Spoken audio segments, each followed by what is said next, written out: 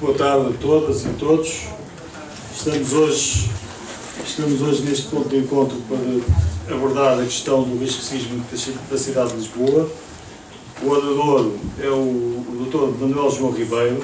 Eu vou ler aqui uma pequena nota biográfica para não me esquecer de nada. Dr. Manuel João Moraes Ribeiro, natural de Lisboa, tem 57 anos, é licenciado em Sociologia pelo ISCTE e doutorando no Programa Doutoral de Território, Risco e Políticas Públicas das Universidades de Coimbra, Lisboa e Aveiro. É especialista na área de proteção de pessoas e bens desde maio de 2014, tendo prestado provas públicas no Instituto Politécnico de Leiria. É diretor do Serviço Municipal de Proteção Civil de Lisboa, colega da Câmara de Lisboa, do colega. Foi presidente e vice-presidente do Serviço Nacional de Bombeiros e Proteção Civil, atual Autoridade Nacional de Proteção Civil, e diretor do Serviço Municipal de Proteção Civil de Cascais, vice-presidente do Centro Europeu de Riscos Urbanos, membro da Associação Portuguesa de Sociologia, da International Sociological Association e do Research Committee on Disasters. Aciona como professor convidado desde 2005 na licenciatura de Proteção Civil no IPL e desde 2014 no mestrado de Turismo da Escola Superior de Hotelaria e Turismo de Estoril. É fundador e aguenta em vários cursos de pós-graduação e mestrados. Tem trabalhos publicados nas áreas de Sociologia e da Segurança em Proteção Civil. Nós vamos pedir ao meu ilustre convidado, ao nosso ilustre convidado, que faça a sua exposição sem interrupções. Não vamos manter uma exposição fluida e guardamos depois as questões então para o fim. Se nós conseguirmos ter a apresentação concluída cerca das 19 horas, ficamos com 30 minutos para depois, enfim, as questões que os nossos convidados quiserem colocar, está bem? Ok. Então, até já, boa sorte. Muito obrigado, caro amigo, engenheiro Ângelo Mesquita. É com muito gosto, enfim, que aceitei ou que acedi também a este convite. É sempre um prazer poder, enfim, falar destas matérias sempre um bocado complicadas, mas onde também tenho vindo a desenvolver algum trabalho.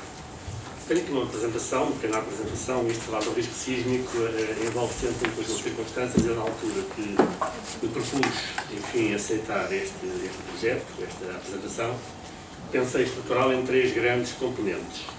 Uma primeira, mais em termos de enquadramento, para se poder verificar alguns dos antecedentes que estão subjacentes à elaboração de um plano de risco sísmico, alguma informação depois relativamente a esse mesmo plano, sintética, e um conjunto de ações que o Serviço Municipal de Proteção Civil da Câmara Municipal de Cascais tem desenvolvido no sentido da implementação do próprio plano de risco sísmico, ou planeamento, e nomeadamente em ordem ao risco sísmico.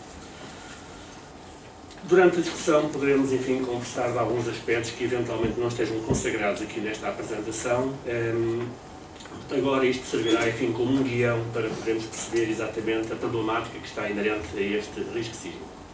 Não posso deixar aqui de colocar aquilo que é a missão atual do Serviço Municipal de Proteção Civil. Na prática, é uma estrutura que dentro da Câmara Municipal de Lisboa tem a responsabilidade de congregar e de articular e desenvolver todos os instrumentos de planeamento de emergência, de forma que eles estejam habilitados e que possam, efetivamente, concorrer para a gestão que, eventualmente, possa ser necessária por efeito de um fenómeno sísmico ou de outro fenómeno qualquer.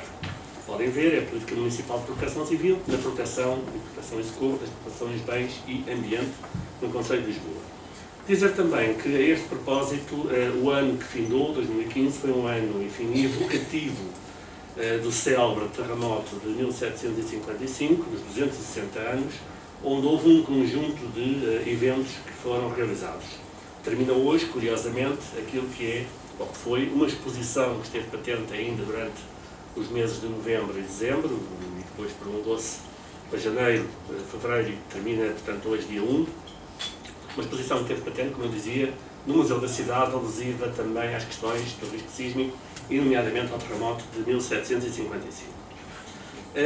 Dizer, e é um pressuposto logo de base, porque os fenómenos, enfim, o risco sísmico, os fenómenos sísmicos são muitas vezes encarados como atos da natureza, algo que acontece, e é verdade, efetivamente, a sua origem, a sua ignição tem a ver com a natureza. Contudo, é conveniente dizer sempre que eles são um problema que deriva, sobretudo, da forma como nós nos organizamos. Mais perto, não é? Ok. Da forma como nós estamos organizados e da forma como lidamos com esses mesmos fenómenos. E não resisto a trazer aqui um pouco esta citação de um autor norte-americano, em que diz que realmente os desastres ou as catástrofes são processos de ruptura que refletem o grau de preparação das sociedades. E é isso que nós estamos aqui enfim, a verificar e, portanto, preparamos para poder dar resposta, mas algo que não se consegue, efetivamente, só na resposta. Tem que haver atitudes preventivas no sentido de podermos organizar convenientemente toda a nossa existência, construída, não construída, comportamentos, atitudes, etc., que nos permitam, efetivamente, lidar com este tipo de fenómenos e, portanto, minimizar.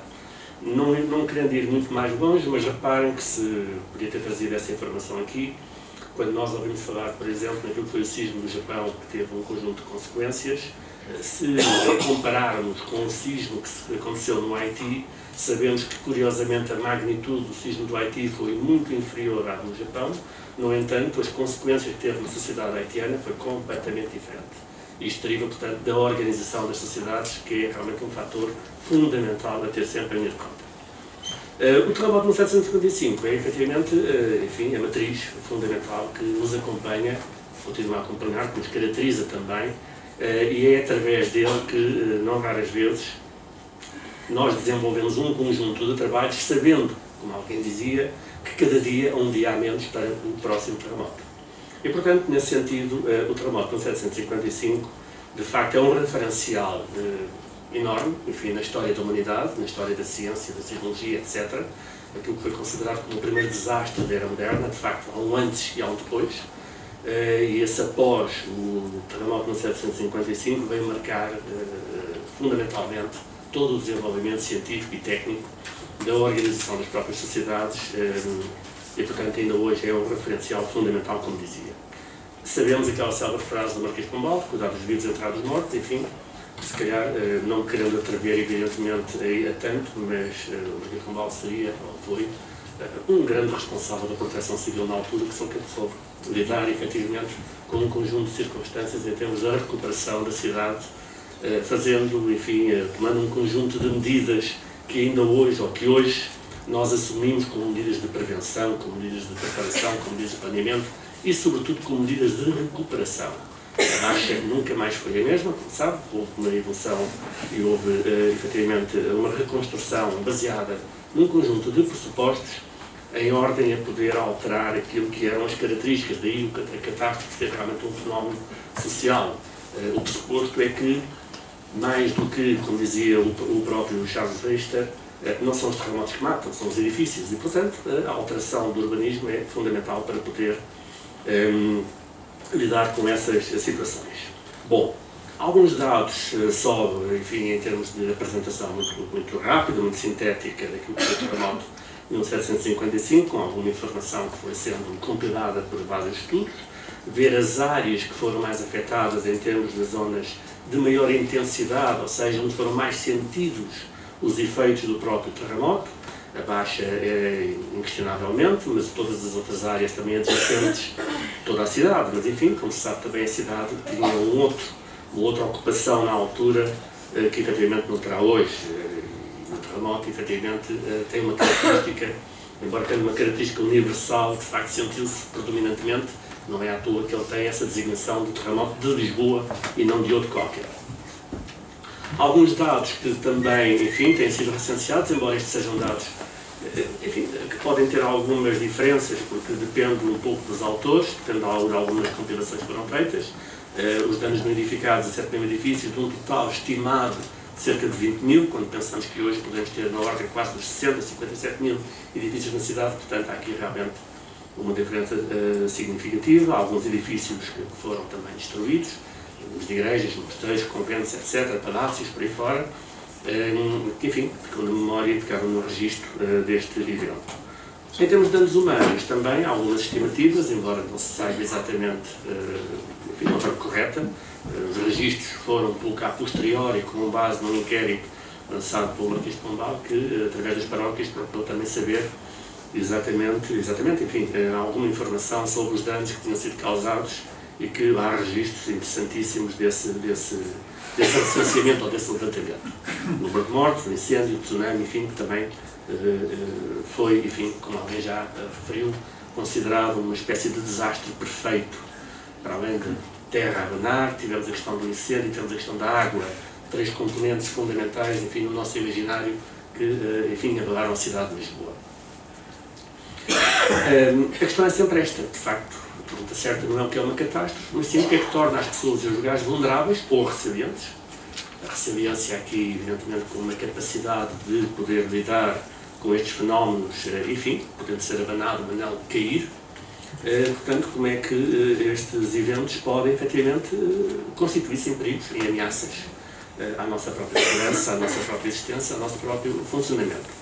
Esta é a questão central, portanto, para além de todo o trabalho, vou aqui apresentar algumas imagens e alguns contributos, ou grandes contributos, de facto, desse conhecimento, mas podemos perceber como é que nós estamos organizados, quais são as nossas vulnerabilidades, quais são os nossos problemas, mas também quais são as nossas capacidades.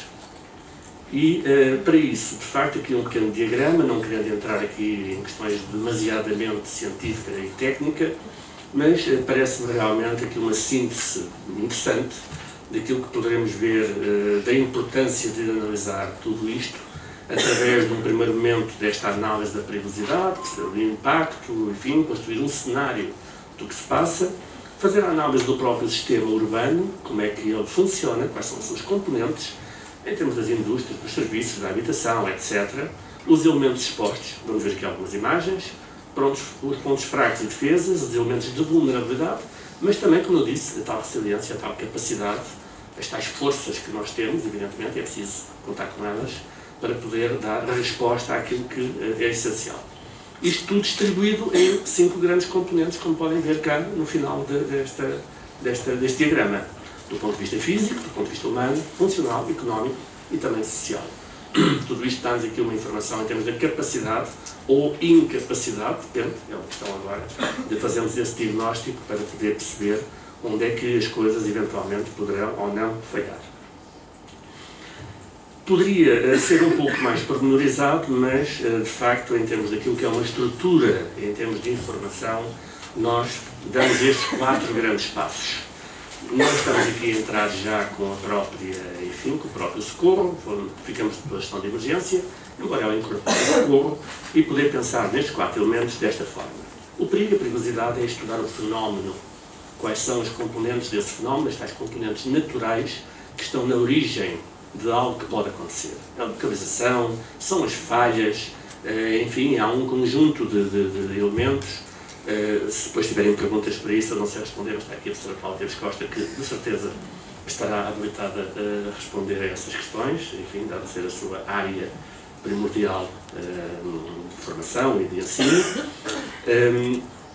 Mas, portanto, perceber onde é que nós estamos localizados e aquilo que nos pode afetar. Enfim, todo este registro é um diagnóstico essencial para podermos perceber essa tal perigosidade, esse tal perigo, esse tal hazard, como a fórmula taxónica designa. São alguns elementos, enfim, apenas ilustrativos, de facto, de que são os registros que foram sendo, enfim, compilados. Carta neotectónica, com um conjunto de falhas também, as zonas de convergência, enfim, todo um conjunto de informações que, olhando para elas, evidentemente dizem, bom, nós estamos numa situação exposta. Nós estamos numa situação que, inclusive, pode ou não ser mais vulnerável. O catálogo sísmico também, aqui, enfim, apresentado, com um registro, enfim, de vários fenómenos que ocorreram, com as várias, enfim, magnitudes. As principais fontes sismogenéticas, já se ouviu muita coisa, já se ouviu dizer que o terremoto de 1755 afinal não teria sido no Banco de Ourinhos, tinha sido na falha do Marquês de Pombal, já se ouviu dizer também que tinha sido, enfim, uma conjugação de vários outros fatores. A última versão que eu ouvi, enfim, na apresentação de um livro recentemente, no Museu da Cidade, curiosamente, foi que teria sido mesmo no Banco de Gorrinhos, mas enfim, com características. Mas enfim, é uma área que não vou imiscuir, porque realmente recebo a informação, procuro descodificá-la, mas não tentar percebê-la dessa forma, porque realmente não é a matéria que eu domino. A distribuição das intensidades máximas, isto, enfim, através da sismicidade histórica, ou seja, que os registros dos terremotos vão nos permitindo verificar quais são as zonas de maior ou de menor intensidade e, enfim, a nossa zona, obviamente, aqui com intensidades que chegam aos 9 na escala de Mercalli.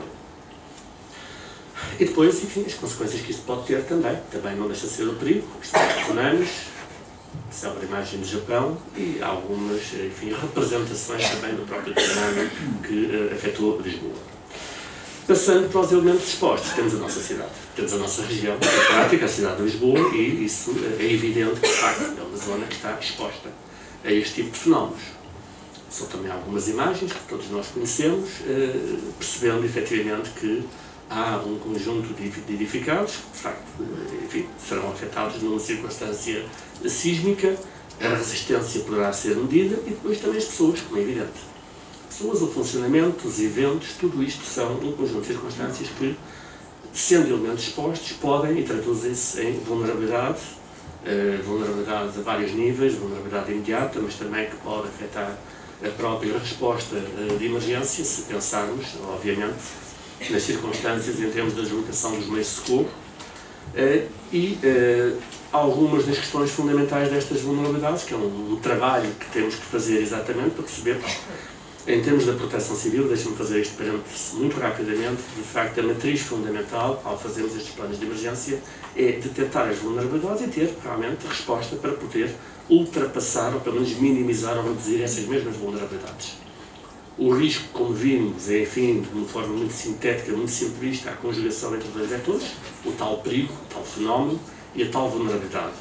A interseção destas duas é que nos dá o risco. Evidentemente que não podendo atuar em termos do perigo, porque as placas tectónicas existem, funcionam, são movimentos naturais, temos que atuar nas vulnerabilidades e, portanto, tentar diminuí-las, tentar reduzi-las dentro daquilo que é as nossas capacidades de variedíssimos âmbitos, nomeadamente sociais, mas também económicas e também técnicas, que se pode fazer. Evidentemente que não está aqui em causa a relação das vulnerabilidades e que a sociedade abaixo constrói-se uma cidade nova. Não, há um conjunto de elementos que podem, efetivamente, e devem ser considerados dentro desse aspecto. E Lisboa, de facto, tem um conjunto de vulnerabilidades grandes e uma delas, que não podia deixar de ser, é o próprio tecido social.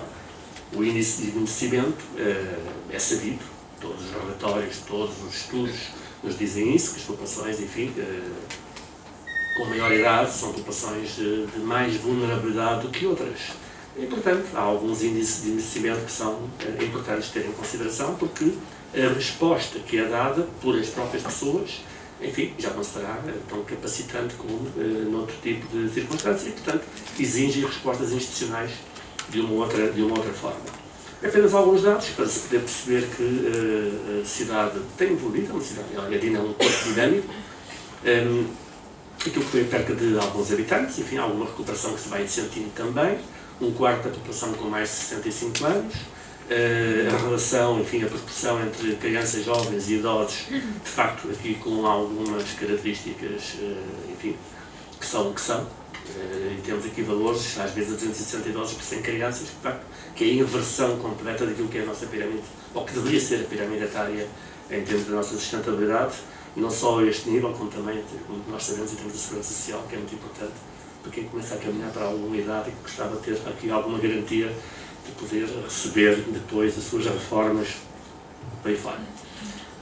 O número de famílias unipessoais, e depois podemos falar, porque há algum conjunto de projetos que são desenvolvidos neste momento pela Câmara Municipal de Lisboa, no âmbito da ação social, naquilo que me diz diretamente respeito, enfim, naquilo que lido mais no setor da segurança, se quiserem, quer com a Polícia Municipal, quer com o Regimento, quer também com a Proteção Civil, em termos desse tipo de trabalhos, com, enfim, particular intervenção também das juntas de freguesia, um parque edificado e envelhecido, pese embora alguma da reabilitação, a grande parte da reabilitação tenha sido feita, mas temos aqui algumas características que, de facto, muitas vezes, e é uma discussão sempre muito presente, sobretudo dentro de algumas classes profissionais, dos engenheiros, dos arquitetos, etc., se essa reabilitação está ou não a reforçar a estrutura, ou é apenas um reforço, ou apenas uma intervenção apenas em termos estéticos, se quiserem, mas, de facto, tentar minimizar essas tais vulnerabilidades. As vulnerabilidades não são exclusivamente sociais, são vulnerabilidades também físicas e, portanto, daí a importância disso ser desenvolvido. O número de edifícios devolutos, enfim, degradados, com a necessitar algumas intervenções, todos os dias, enfim, com alguma regularidade, se vêem problemas de diversa ordem, onde se tem que intervir, a partir do regimento, a partir da proteção civil, nesse sentido também. Na altura, trago aqui apenas a necessidade de fazer que realmente estes 3 tipos de vulnerabilidade são importantes. Foi um trabalho que eu fiz já há largos anos, enfim, já é um bocado a pré-história da minha existência também dentro da Câmara, já vai para 95, 96, salvo erro, em que caracterizei estas vulnerabilidades nestas 3 componentes. As vulnerabilidades estruturais ou socioestruturais têm a ver com o tecido urbano, têm a ver com a malha, têm a ver com, enfim, todo o enquadramento urbanístico, no sentido das acessibilidades. Do ponto de vista socio-urbanístico, peço desculpa, em termos estruturais, tem a ver com as características das próprias famílias, tendo ou não capacidade, porque depois a vulnerabilidade também está muito associada à capacidade que cada um de nós pode ter ou não para recuperar de um acidente, de um desastre. Tem mais condições económicas, tem mais condições familiares. Sabemos no nosso dia-a-dia que pessoas que vivem isoladas têm respostas frequentemente institucionais. Quem tem algum leque em termos de rede familiar, deve ter respostas mais familiares. Isto são dados importantes a terem atenção. Do ponto de vista urbanístico, como digo, tal malha urbana, tal tecido, em algumas zonas, enfim, interessantes do ponto de vista político, preocupantes muitas vezes do ponto de vista da resposta de emergência, como todos nós sabemos, e também culturais. Culturais no sentido da pessoa ter ou não conhecimento de medidas de autoproteção, de alguns comportamentos, saber exatamente o que fazer, ou pelo menos pensar e ter alguma preparação para dar resposta em situação de emergência. Um conjunto de situações variadas, enfim, mas também aquilo que é a resiliência, ou seja, a capacidade que as pessoas têm. Também não podemos pensar só negativamente, não. As pessoas têm capacidade, e está estudado que, enfim, em várias geografias, em vários locais, a resposta de emergência a fenómenos sísmicos tem sempre presente que mais de 70% do socorro é prestado por familiares, por vizinhos, por pessoas que, muitas vezes sem grandes condições, mas, enfim, fazem das forças, fazem das fraquezas força e conseguem dar alguma resposta nesse sentido, e essa congregação é importante. Bom, entramos no risco. Eu trago aqui apenas uma carta de risco, uma carta integrada de risco. Enfim, esta carta serviu depois também para alimentar aquilo que é um outro instrumento de planeamento fundamental, que é o PDM, o Plano Diretor Municipal, que congrega todos os riscos da cidade, enfim, de uma forma representativa, como é evidente, desde os incêndios, a questão dos eventos de massa, também as inundações e, como não podia deixar de ser, a questão do risco sísmico, que está aqui presente. Entramos depois no planeamento e gestão de emergência. E no planeamento, evidentemente, quando estamos a planear, temos que saber em que contexto é que planeamos. Estar a planear em Lisboa não é a mesma coisa que estar a planear em Faro, ou estar a planear noutro sítio qualquer. Há alguma característica, há características peculiares, enfim, singulares, da própria região, e, enfim, temos que conhecer exatamente o espaço onde estamos a intervir. Temos a população, temos a densidade, temos a população presente. Como se sabe, Lisboa é uma cidade, enfim, de grande mobilidade. Neste momento, temos aqui cerca de 1 milhão de pessoas em termos de estimativa. Recordo-me de um trabalho que fizemos na altura, para o plano de risco sísmico, curiosamente, através da recolha de dados em termos das portagens da altura de Carcavelos, mas também de Alverca, dados que recolhemos no Carris, no Metropolitano, enfim, nos vários transportadores da Ponte Sorteja, etc., que havia realmente mobilidades interessantes. Na altura, ainda na velha ou na anterior nomenclatura das freguesias como existiam, nunca me esqueci que na freguesia de São Sebastião da Pedreira tínhamos num período das 0 às 7 da manhã, portanto, o período noturno, uma população presente. Na prática, a população presente é, digamos, definida pela população residente e para aqueles que trabalham nessa região. Na ordem dos 7.000, 8.000 pessoas nesse período, e depois no período diurno, das 9 às 18, tínhamos uma população na ordem dos 80.000. Portanto, há aqui realmente um salto significativo, e isto é importante em termos do planeamento de emergência, porque, de facto, é diferente se o fenómeno acontece às 3 da manhã ou se acontece às 3 da tarde.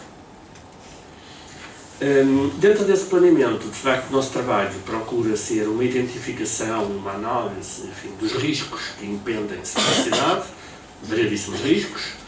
Os sismos aqui apresentam, efetivamente, um peso fundamental, pese embora uma probabilidade, enfim, baixa, ou até muito baixa, mas a gravidade, de caso de acontecer, como sabemos, é muito alta e, portanto, um risco será elevado, enfim, em alguns casos até há quem se arrisca a considerar que é um risco extremo. Isto na congregação matemática entre estas duas variáveis, se quisermos, da probabilidade e da gravidade. E entramos aqui, portanto, com base nesta informação, naquilo que é o plano de emergência para o risco sísmico da cidade de Lisboa. Eu atrevo a dizer que este foi, se não foi o primeiro, foi um dos primeiros planos a ser elaborado para este fenómeno, para este tipo de risco sísmico, já há alguns anos, e, portanto, agora temos vindo, enfim, a dar algum desenvolvimento com as novas tecnologias que também suportam a possibilidade de atualizar este plano.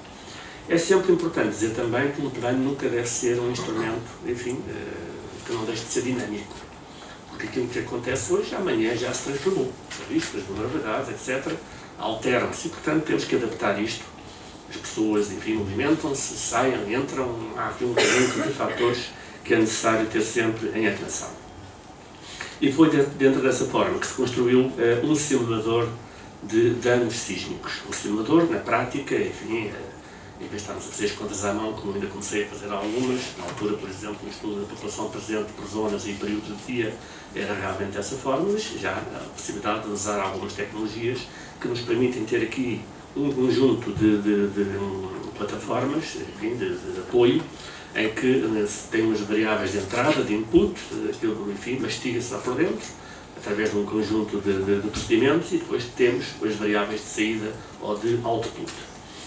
Dentro desse sentido, na prática temos que parâmetros ou que critérios ou que informação temos. Temos esta, em termos das características do próprio sismo, será diferente, até porque na altura, e recordem-se que Lisboa, embora tenha subjacente sempre, enfim, a sua espada de Damócles é, sobretudo, um sismo análogo ao 1755, há outras fontes que podem gerar fenómenos sísmicos, nomeadamente uma falha no Vale Inferior do Tejo, que deu origem ao sismo de 1909, em Benavente, e também tem registros históricos, salvo erro de 1531, que afetaram a própria cidade de Lisboa. E, portanto, a latitude, a longitude, etc., tem que ser vista para que a propagação da energia, das ondas sísmicas, será diferente, vindo de um lado ou vindo do outro, embora o comportamento dos solos possa ser semelhante em função desse conjunto de parâmetros. Depois a magnitude, como se sabe, enfim, as escalas logarítmicas que, efetivamente, amplificam os danos ou as consequências que daí podem resultar.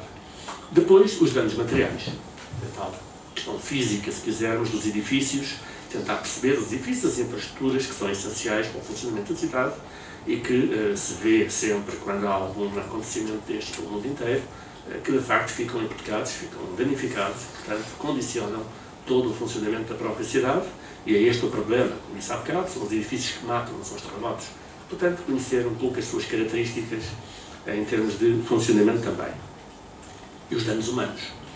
A tal população, é diferente, como eu disse, ter 8.000 pessoas num sítio, às tantas horas, ou ter 80.000, e de facto, se o sismo é numa hora ou noutra, portanto, os danos podem ser também, são também alterados. É evidente que nesta simulação, uma das questões que nós consideramos foi que o número de desalojados calculado era em função da população residente e não presente. Enfim, na prática, eu se tiver aqui sofrer um sismo, espero que não, mas evidentemente, enfim, tem que ser realojado, se isso não acontecer, mas é em Cascais onde vive, não em Lisboa, e portanto é menos um problema que eu, em termos de proteção civil, tenho, que não me vou realojar em mim próprio, para aqui para o outro conselho. Mas, portanto, foi essa a matriz que se considerou. Os elementos ou a informação, portanto, que suportou tudo isto foram os dados da própria sismicidade, da geologia, enfim, saber o comportamento dos solos, também da suscetibilidade sísmica, ou seja, as áreas que, de uma forma ou de outra, por facto de serem constituídas por determinado tipo de solos, podem ser mais suscetíveis de ser afetadas por esses fenómenos. A população, como não podia deixar de ser, a população, como é que ela se distribui, que horas, de que forma, e o parque edificado. O parque edificado que, com base nos trabalhos que a própria Câmara desenvolveu e que depois foram também, enfim, aperfeiçoados em colaboração com o NEC e com outras instituições, permitiu criar aqui um conjunto de tipologias construtivas que, obviamente, têm comportamentos diferenciados face a um sismo. Se são de alvenaria, se são de ferro, se são, enfim, de betão, qual é a fase de betão, já é pós a regulamentação antissísmica, é antes da regulamentação antissísmica, tudo isto, enfim, a cidade, como disse, é um órgão que se vai desenvolvendo, orgânico, e que, portanto, terá comportamentos diferenciados consoante esta conjugação, ou seja, o tipo de construção do edifício, o local onde está implantado e, obviamente, como não podia deixar de ser, o estado de conservação e manutenção que ele próprio tenha também ou não. E, portanto, estas tipologias irão-nos dar informações diferenciadas relativamente aos danos que podem